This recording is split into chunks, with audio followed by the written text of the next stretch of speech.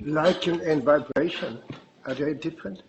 Sorry, what was Liking, I like something. I don't like a person, but then I can feel it, the vibration, how I can respond to that.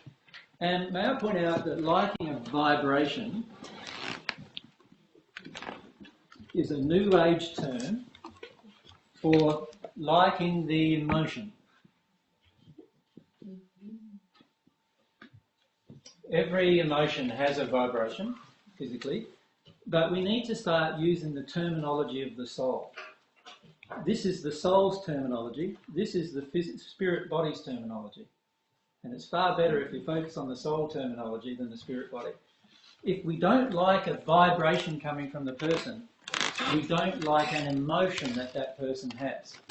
If we don't like an emotion that the person has, it is triggering something inside of our own emotional condition, and therefore something we still need to heal. So if you don't like the vibration or feeling coming from another person, it's because there's something inside of ourselves we need to address.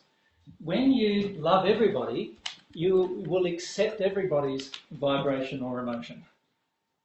You don't have to act upon it, and you don't have to do anything about it, but you won't feel discomfort with it. Does that make sense to everyone? You won't feel uncomfortable. You'll be able to be in front of somebody who's in a rage with you, and you'll sit there nice and calmly, and everything will be fine. Instead of going, I don't like their vibration, you will sit there nice and kind, and you'll still be relaxed, you'll still be yourself, you'll still be able to act yourself in all situations. So it's very important to... The problem with a lot of New Age terminology is that, like vibration, I feel that's a New Age terminology, the problem with it is it distances yourself from the emotion. It's a term created to distance yourself from a feeling. And I notice this happening a lot in New Age spirituality, where people are always trying to get away from their emotions. And this is not very good for you, because your emotions are your true self. That's who you really are. And if you're always trying to distance yourself from your true self, you're never going to be fully connected. Does that make sense? Yeah? Is that the same with energy? Just, can we wait for the mic yet? Is that the same with the word energy? I agree, exactly the same. The word energy to me is interchangeable with vibration and other words like that. And they are all used to distance ourselves from the fact that we're feeling something from the person that we don't really like, or that we're feeling something of a person that we just love, that we want more of. Either way, it's telling us that it's an emotion we're feeling, and it's really helpful if we can feel the emotion, because then we go, okay, if it's something I really love and I just can't get enough of, then it's an emotion that I really need, therefore I'm a bit addicted to. And if it's an emotion that I go, whoa, they just repel me, like, I can't stand being with them, then if I allow myself to feel that, I can feel what it is inside of them that repels me so much, and therefore address some issues inside of me. And this is where humility comes in. I feel what's happened with a lot of New Age circles is they've come up with terminology to distance themselves from humility. It's sort of a way, like if I say it's their energy, if I go like that, it's a way of going, actually, I'm uncomfortable with an emotion. It's a way of avoiding that statement.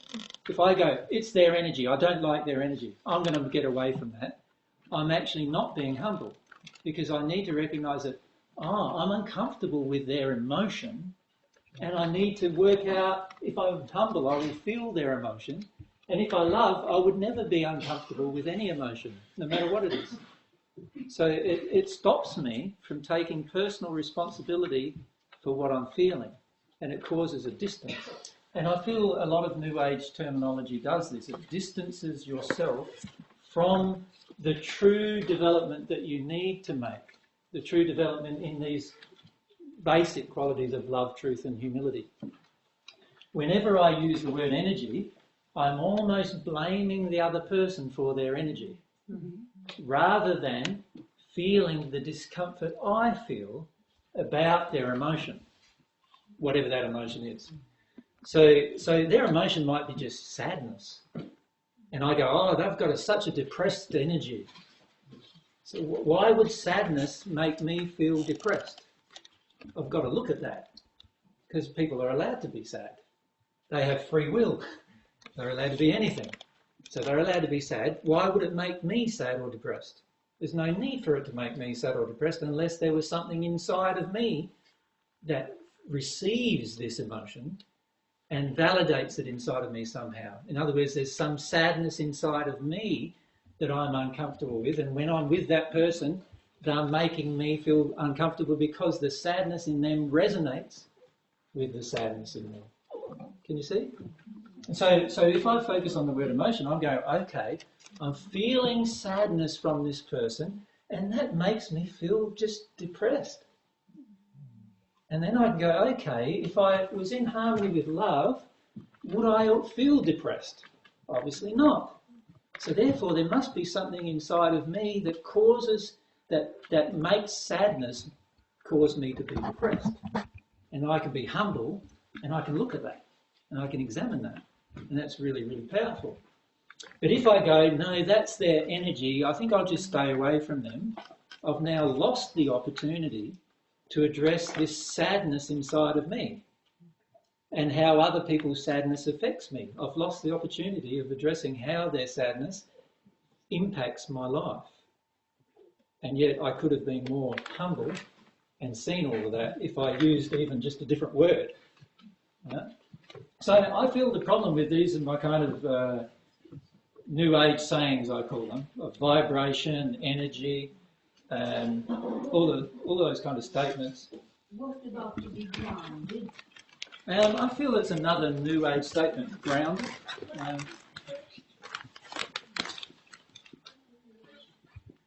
And to me, again, if I am not so-called grounded, there's an emotion inside of me that causes me to have a lack of connection with myself.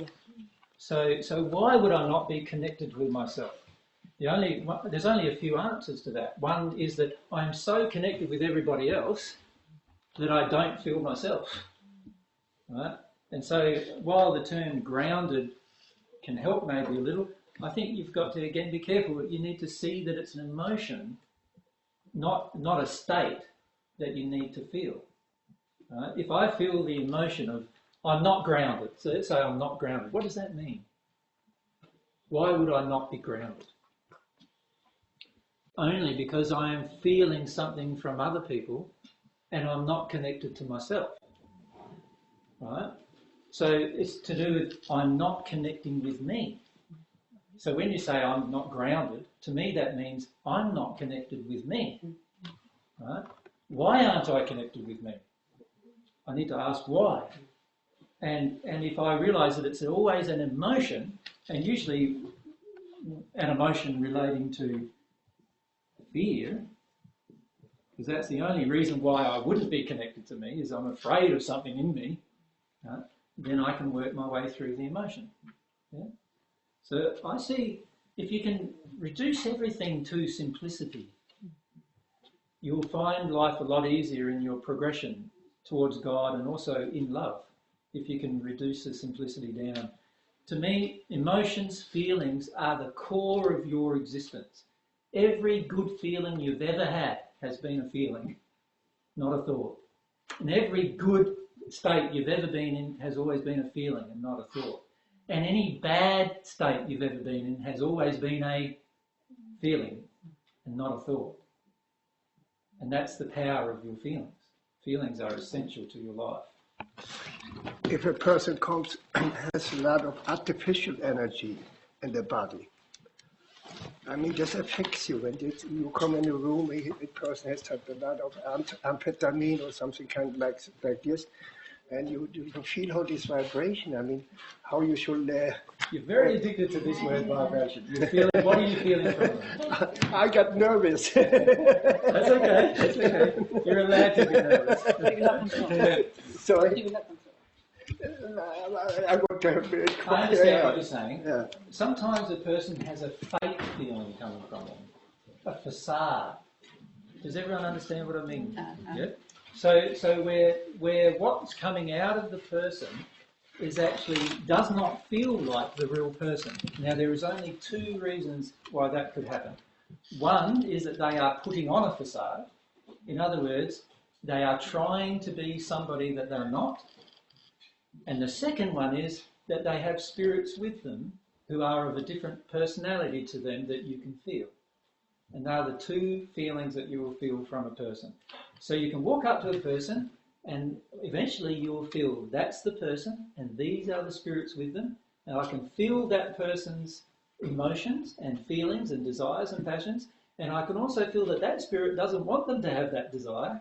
And that spirit likes them having that desire. And that spirit, oh, he's really yucky. What problems have you got with men? You feel that straight away, right?